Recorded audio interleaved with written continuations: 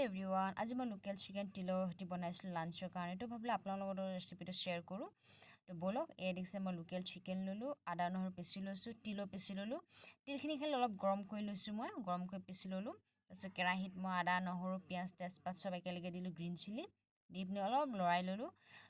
পিঁয়াজখিনি অকণমান ৰঙচুৱা হোৱালৈকে তাৰপিছত মই ইয়াত হালধি দি দিলোঁ তাৰপিছত মই মাংস দি দিলোঁ মাংস দি অলপ লৰাই ল'লোঁ 5 মিনিটমান তাৰপিছত মই ইয়াত মছলা দিলোঁ জিৰা ধনিয়া গোলমৰিচ আৰু কাশ্মীৰ মিৰ্চ চব একেলগে পিচি ল'লোঁ মই তাৰপিছত নিমখ দি দিলোঁ তাৰপিছত মই ইয়াত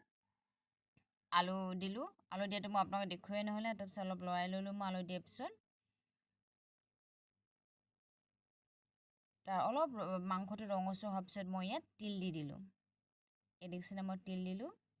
তিল দিয়াৰ পিছত মই 5 মিনিটমান অলপ ভাজি ল'ম তাৰ ভজাৰ পিছত মই পানী দি দিছোঁ আৰু মিডিয়াম ফ্লেমত মই 15 মিনিটছৰ কাৰণে ৰাখি দিলোঁ আৰু এই দেখিছে 15 মিনিটছৰ পিছত মোৰ ৰেচিপি ৰেডি যদি মোৰ ৰেচিপিটো ভাল লাগে লাইক ফ'ল' আৰু শ্বেয়াৰ কৰিবলৈ নাপাহৰিব